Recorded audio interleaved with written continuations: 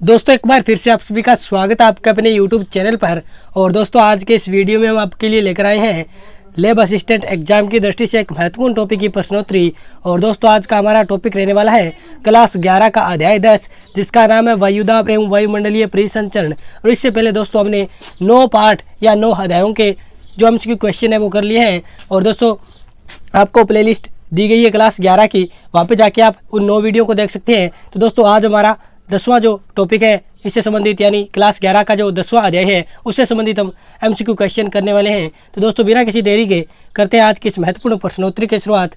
और पहला क्वेश्चन देखिएगा दोस्तों, आपके स्क्रीन पे आ रहा है कि पश्चिमी ऑस्ट्रेलिया में उष्णकटिबंधीय चक्रवात को किस रूप में भी जाना जाता है। यानी दोस्तों पश्चिमी ऑस्ट्रेलिया में जो चक्रवात आते हैं उन्हें किस नाम से जाना जाता है। तो दोस्तों जो पश्चिमी ऑस्ट्रेलिया में उष्णकटिबंधीय चक्रवात आते हैं उन्हें विली विलीज के नाम से जाना जाता है, यानी डी नंबर ऑप्शन हमारा राइट हो जाएगा।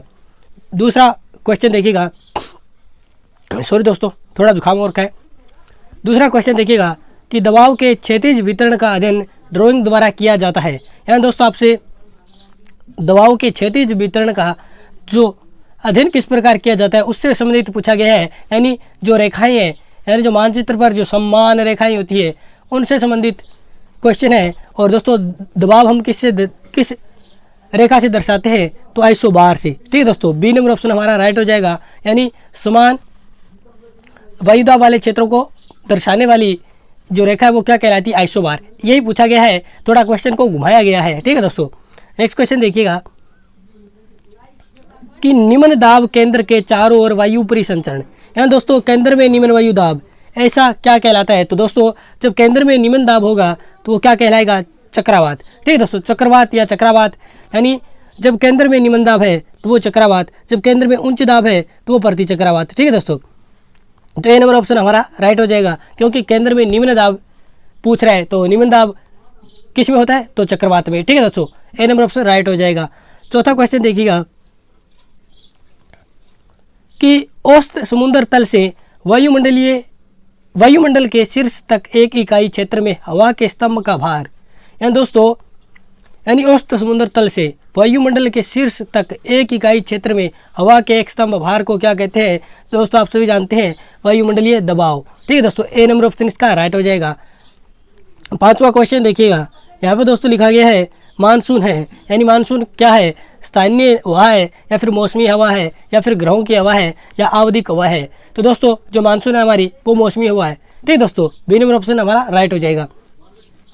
नेक्स्ट देखिएगा छठा क्वेश्चन है दोस्तों, पृथ्वी के घूर्णन से लगने वाले बल को कहा जाता है। यानी दोस्तों जब पृथ्वी घूमती है तो उससे कौन सा बल लगता है, तो दोस्तों याद रखिएगा कोरियोलिस बल लगता है। सी नंबर ऑप्शन राइट हो जाएगा, कोरियोलिस बल। ठीक है दोस्तों, नेक्स्ट देखिएगा ये उल्टा क्वेश्चन आ गया कि ओरियोलिस प्रभाव का परिणाम है। यानी दोस्तों किसका परिणाम है ओरियोलिस प्रभाव, तो दोस्तों पृथ्वी के घूर्णन का। ठीक दोस्तों, जब पृथ्वी घूर्णन करती है तो ओरियोलिस बल लगता है या प्रभाव में आता है। ठीक दोस्तों, सी नंबर ऑप्शन हमारा राइट हो जाएगा। नेक्स्ट क्वेश्चन देखिएगा, ये क्वेश्चन काफ़ी महत्वपूर्ण है कि कम वायुमंडलीय दबाव का एक विषुवतीय पेटी है जहाँ व्यापारिक हवाएं परिवर्तित होती है। तो दोस्तों ऐसी कौन सी पेटी है, मोरेने, ला नीना, अल नीनो या फिर डोलड्रम्स। तो दोस्तों ऐसी पेटी कौन सी है, डोलड्रम्स, जहाँ पे क्या है व्यापारिक हवाएं परावर्तित होती है। ठीक है दोस्तों, नेक्स्ट देखिएगा ये क्वेश्चन दोस्तों कॉमन सेंस का क्वेश्चन है कि जब हम पहाड़ पर जाते हैं तो क्या होता है, तापमान बढ़ जाता है, दबाव बढ़ जाता है। तापमान बढ़ जाता है लेकिन दबाव कम हो जाता है, तापमान और दबाव दोनों कम हो जाते हैं। दोस्तों जैसे जैसे हम ऊंचाई पे जाते हैं तो आप सभी जानते हैं तापमान कम होता जाता है। ठीक है दोस्तों, और जब हम पहाड़ पर चढ़ेंगे तो तापमान भी कम होगा और साथ साथ में दबाव भी कम होगा। ठीक दोस्तों, डी नंबर ऑप्शन इसका राइट हो जाएगा। नेक्स्ट देखिएगा, नेक्स्ट क्वेश्चन दोस्तों यहाँ पे आपको निम्नलिखित में से कौन सा कथन अंतर उष्णकटिबंधीय अभिसरण क्षेत्र के संदर्भ में सही है। यानी आपको ITC-Z जो जोन है उससे संबंधित सही क्वेश्चन है, यानी सही जो कथन है उसकी पहचान करनी है। पहले हम कथन पढ़ेंगे, उसके बाद दोस्तों मैं ऑप्शन आपको दिखा दूंगा। ठीक है दोस्तों, बात करें पहले कथन की कि यह भूमध्य रेखा पर स्थित एक कम दबाव वाला क्षेत्र है जहाँ व्यापारिक या व्यापार हवाएं अभिसरण करती है। बिल्कुल दोस्तों, यानी ये भूमध्य रेखा के 0 से यानी 5 डिग्री उत्तर में और 5 डिग्री नॉर्थ में सॉरी उत्तर में और दक्षिण में 5 डिग्री उत्तर में और 5 डिग्री दक्षिण में ये क्षेत्र होता है। कम दबाव वाला क्षेत्र है और यहाँ पे जो व्यापारिक हवाएं हैं वो अभिसरण होती है। ठीक है दोस्तों, इस क्षेत्र में हवा नीचे उतरती है। नहीं दोस्तों, ये क्वेश्चन है, सॉरी कथन है गलत है, क्योंकि इस क्षेत्र में हवा नीचे नहीं उतरती बल्कि जैसे ये टकराती है वो ऊपर उठती है। ठीक है दोस्तों, ये जुलाई में लगभग 20 डिग्री नॉर्थ से 20 डिग्री नॉर्थ अक्षांशों पर स्थित होता है। बिल्कुल दोस्तों, यानी ये जुलाई माह में 20 डिग्री से 25 डिग्री उत्तरी अक्षांशों में स्थित होता है। बिल्कुल दोस्तों, यानी ये भी सही है, यानी पहला और तीसरा सही है। तो दोस्तों पहला और तीसरा कहाँ पे? सी नंबर ऑप्शन, यानी ये पहला और तीसरा बिल्कुल सही है हमारा।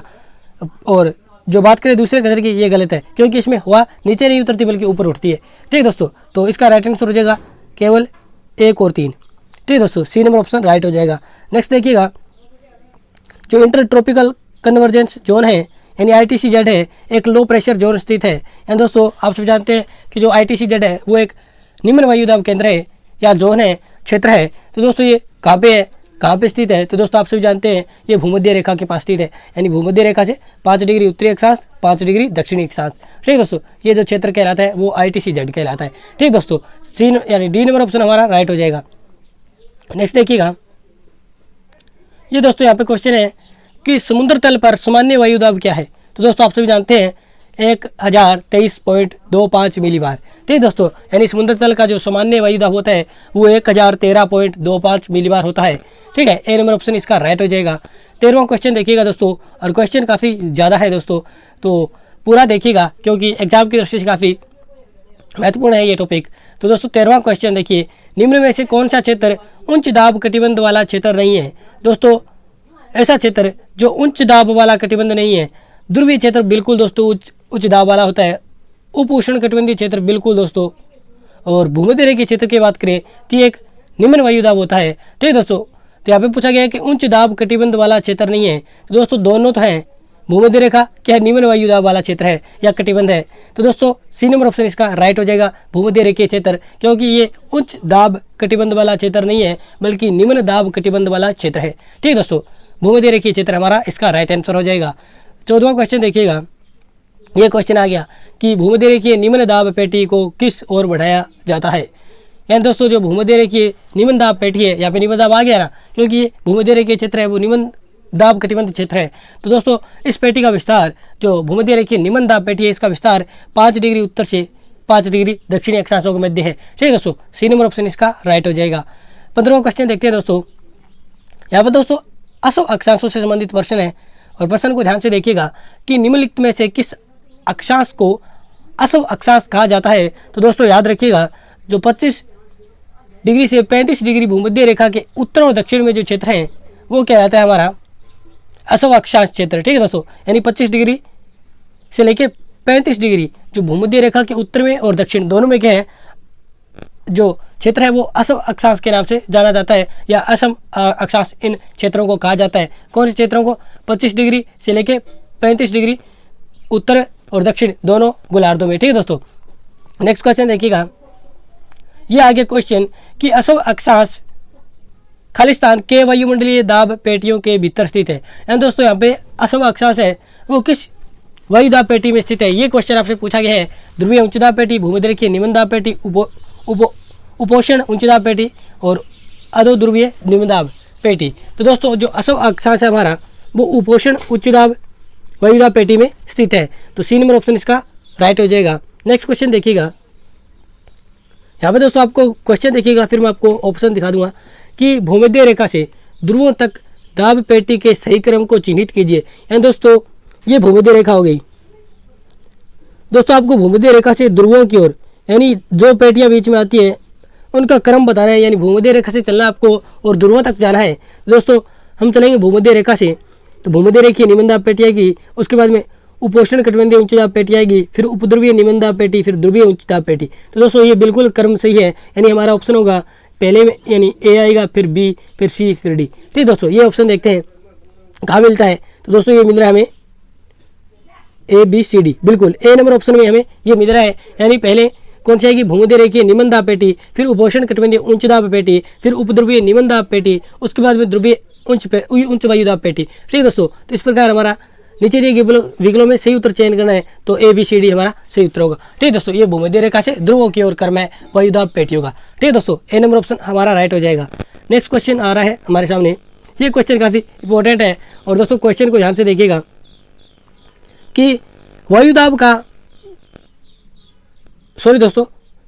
का सामान्य अर्थ है। एंड दोस्तों आपको वायुदाब का सामान्य अर्थ बताना है कि हवा के दाब से है या हवा की मात्रा से है या हवा के भार से है। तो दोस्तों वायुदाब का सामान्य अर्थ है वो हवा के भार से है। दोस्तों याद रखिएगा, हवा की मात्रा से भी नहीं है, हवा के दाब से भी नहीं है, क्योंकि दोस्तों हवा के भार से है, क्योंकि जब समुद्र तल पे जो प्रति इकाई क्षेत्र पर जो हवा का भार पड़ता है उसे हम वायुदाब कहते हैं। तो दोस्तों भार इसमें मैटर रखता है। सी नंबर ऑप्शन इसका राइट आंसर हो जाएगा। नेक्स्ट क्वेश्चन देखिएगा, यहाँ पे दोस्तों कुछ कथन दिए गए हैं, उसको आपको सही बताना है, यानी निम्नलिखित में से गलत कथन है। यहाँ पे आपको गलत की पहचान करनी है। वायु एक अमूर्त तत्व है, बिल्कुल दोस्तों, यानी ये दिखाई नहीं देती। बिल्कुल वायुदाब को मिलीबार से नापा जाता है, बिल्कुल दोस्तों, ये भी दूसरा कथन भी सही है। हमें गलत की खोज करनी है। वायुदाब सर्वत्र एक समान होता है, ये दोस्तों कथन गलत है, क्योंकि वायुदाब अलग अलग क्षेत्रों में अलग अलग पाया जाता है, तो ये कथन गलत है। और वायुदाब को बैरोमीटर नामक यंत्र से भी मापा जाता है, बिल्कुल ये भी कथन हमारा क्या है, सही है। लेकिन कथन कौन सा गलत है, सी नंबर जो कथन है वो गलत है और ये हमारा आंसर होगा। ठीक है दोस्तों, यानी वायुदाब सर्वत्र एक समान होता है, नहीं होता दोस्तों, अलग अलग क्षेत्रों में अलग अलग वायुदाब होता है। ठीक है दोस्तों, तो हमारा राइट आंसर सी था इसका। और 20वां क्वेश्चन देखिएगा, भूमध्य रेखा से 5 डिग्री उत्तर तथा 5 डिग्री दक्षिण की ओर किस पेटी का विस्तार है? शांत पेटी, डोलड्रम पेटी, ब दोनों या ध्रुवीय पेटी। तो दोस्तों भूमध्य रेखा से 5 डिग्री उत्तर व 5 डिग्री दक्षिणी अक्षांशों के मध्य जो पेटी पाई जाती है उसे शांत पेटी भी कहते हैं, उसे डोलड्रम पेटी भी कहते हैं। तो दोस्तों हमारा जो ऑप्शन होगा वो राइट होगा, ए व बी दोनों। ठीक है दोस्तों, या ए ब दोनों। ठीक है दोस्तों, सी नंबर ऑप्शन इसका राइट हो जाएगा। नेक्स्ट क्वेश्चन देखिएगा, यहाँ पे प्रवाह की दिशा के अनुसार जेट प्रवाह को कितने भागों में बांटा गया है? दोस्तों प्रवाह की दिशा के अनुसार जो जेट प्रवाह है उसको 2 भागों में बांटा गया है, याद रखिएगा। सी नंबर ऑप्शन इसका राइट हो जाएगा। नेक्स्ट क्वेश्चन ये दोस्तों कि भूमध्य रेखा से जो ध्रुवों की ओर सही क्रम होगा, यानी दोस्तों कुछ चक्कर हैं, जैसे हेडल चक्कर हो गया, फेरल चक्कर हो गया, ध्रुवीय चक्कर हो गया, यानी इसका आपको क्रम बताना है कि भूमध्य रेखा से ध्रुवों की ओर सही क्रम क्या होगा। तो दोस्तों याद रखिएगा, भूमध्य रेखा पे हेडली चक्कर आता है, फिर मध्य अक्षांशों में फेरल चक्कर, फिर ध्रुवीय चक्कर आता है या ध्रुवीय क्षेत्रों में। ठीक है दोस्तों, तो पहला हमारा ऑप्शन बिल्कुल राइट होगा, यानी भूमध्य रेखा के पास हेडली चक्कर, उसके बाद मध्य अक्षांशीय क्षेत्रों में फेरल चक्कर, उसके बाद ध्रुवीय क्षेत्रों में ध्रुवीय चक्कर। ठीक है दोस्तों, तो याद रखिएगा ये क्रम भूमध्य रेखा से ध्रुवों की ओर और ध्रुवों की ओर से भूमध्य रेखा की ओर बूझ ले तो पहले आएगा ध्रुवीय चक्कर, फिर फेरल चक्कर, फिर हेडली चक्कर। ठीक है दोस्तों, उल्टा भी याद रखना। ए नंबर ऑप्शन हमारा राइट हो जाएगा। नेक्स्ट क्वेश्चन देखिएगा कि हवा का घनत्व वायुमंडलीय दाब अधिक कहाँ होता है? यानी हवा का घनत्व वायुमंडलीय दाब अधिक कहाँ होता है? यानी दोस्तों यहाँ पे पूछा गया है सीधा सीधा, दोस्तों थोड़ा कंफ्यूज किया जा रहा है शब्दों के माध्यम से। ठीक है दोस्तों, यानी यहाँ पे पूछा गया है कि वायुमंडलीय दाब अधिक किस क्षेत्रों में होता है? वायुमंडल की निचली परतों में, ऊपरी परतों में और वायुमंडल के बीच की परतों में या सभी में? तो दोस्तों याद रखिएगा, वायुमंडल की निचली परतें हैं उनमें बहुत अधिक वायु सघन पाई जाती है, जबकि ऊपर जाते हैं तो हवा क्या हल्की होती जाती है। लेकिन जो वायुमंडल की निचली परतें हैं वहाँ पे हवा काफ़ी भारी पाई जाती है, यानी भारी होती है, और ये भारी होने के कारण इसका वायुदाब भी अधिक होता है। तो ए नंबर ऑप्शन हमारा राइट हो जाएगा, यानी वायुदाब अधिक कहाँ पे पाया जाता है? तो वायुमंडल की निचली परतों में। ए नंबर ऑप्शन इसका राइट हो जाएगा। 24वां क्वेश्चन कि जल समीर बनता है। तो दोस्तों जल समीर का मतलब आप सभी जानते हैं कि जब जल है वो बहुत देरी से ठंडा होता है, यानी देरी से क्या है, ठंडा होता है, देरी से गर्म होता है। और दिन की स्थिति देखें तो दोस्तों जो स्थल भाग है वो क्या है, ये स्थल भाग है, ये क्या है, जल भाग।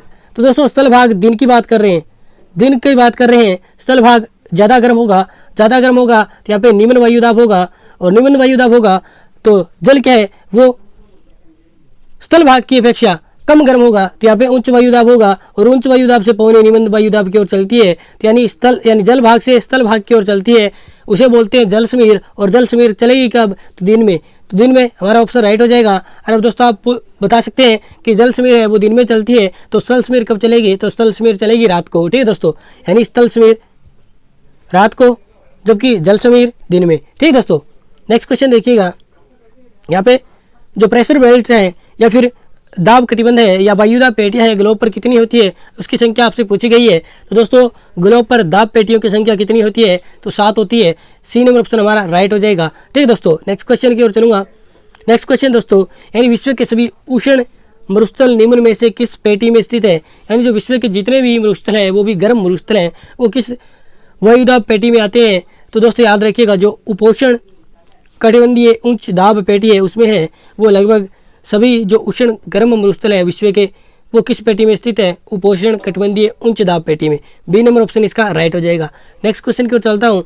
अब यहाँ पे दोस्तों आपको बताना है, फिलीपींस, जापान तथा चीन सागर में जो उष्ण कटिबंधीय चक्रवात तूफान आते हैं उन्हें क्या कहते हैं। दोस्तों फिलीपींस, जापान और चीन सागर यानी दक्षिणी चीन सागर, इसमें कौन से यानी जो चक्रवात आते हैं, कौन से चक्रवात आते हैं, उष्ण कटिबंधीय चक्रवात, उनको क्या कहते हैं। तो दोस्तों उनको कहते हैं टाइफून।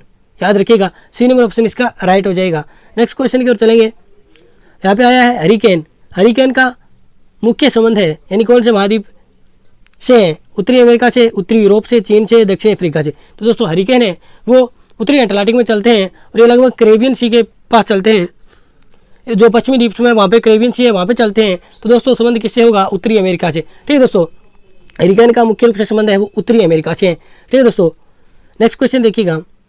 यहाँ पे दोस्तों क्वेश्चन आया है कि उच्च दबाव वाली हवाएं जो केंद्र से बाहर की ओर चलती है, यानी दोस्तों यहाँ पे पूछा गया है, यानी उच्च दबाव वाली हवाएं जो केंद्र से, यानी ये केंद्र हो गया, यहाँ पे बाहर से चलती है, इसका मतलब दोस्तों, इसका मतलब क्या हुआ, यानी केंद्र से बाहर की ओर चल रही है, इसका मतलब दोस्तों केंद्र में क्या है, उच्च वायुदाब है। क्योंकि दोस्तों उच्च वायुदाब से निम्न वायुदाब की ओर चलती है, यानी दोस्तों केंद्र में जब उच्च वायुदाब होगा तभी तो केंद्र से बाहर की ओर चलेगी, क्योंकि केंद्र में उच्च वायुदाब होगा तो इधर ऑटोमेटिकली क्या होगा, निम्न वायुदाब होगा।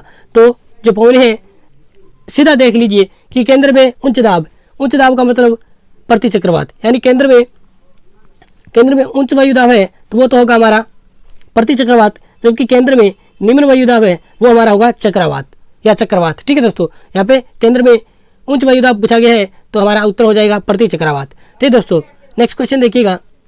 ये क्वेश्चन इंपॉर्टेंट है दोस्तों कि इधर अभी आया था क्वेश्चन ये कि प्रति चक्रवात में वायुदाब कहाँ अधिक होता है। तो दोस्तों जो प्रति चक्रवात होता है उसमें वायुदाब कहाँ अधिक होता है, तभी हमने बात की थी, यानी केंद्र में अधिक होता है। ठीक है दोस्तों, यानी केंद्र में अधिक हो तो वो प्रति चक्रवात है, और जब केंद्र में निम्न हो तो वो हमारा चक्रवात है। ठीक है दोस्तों, ए नंबर ऑप्शन इसका राइट हो जाएगा, यानी प्रति चक्रवात में वायुदाब केंद्र में अधिक होता है। ठीक है दोस्तों, और नेक्स्ट क्वेश्चन देखिएगा। ये क्वेश्चन काफ़ी इंपॉर्टेंट है कि जो हमारा प्रति चक्रवात की तुलना में होता है, बड़ा होता है, छोटा होता है, बराबर होता है, बहुत ही छोटा होता है। तो दोस्तों याद रखिएगा, जो प्रति चक्रवात है वो चक्रवात की तुलना में काफ़ी बड़ा होता है। तो ए नंबर ऑप्शन इसका राइट हो जाएगा।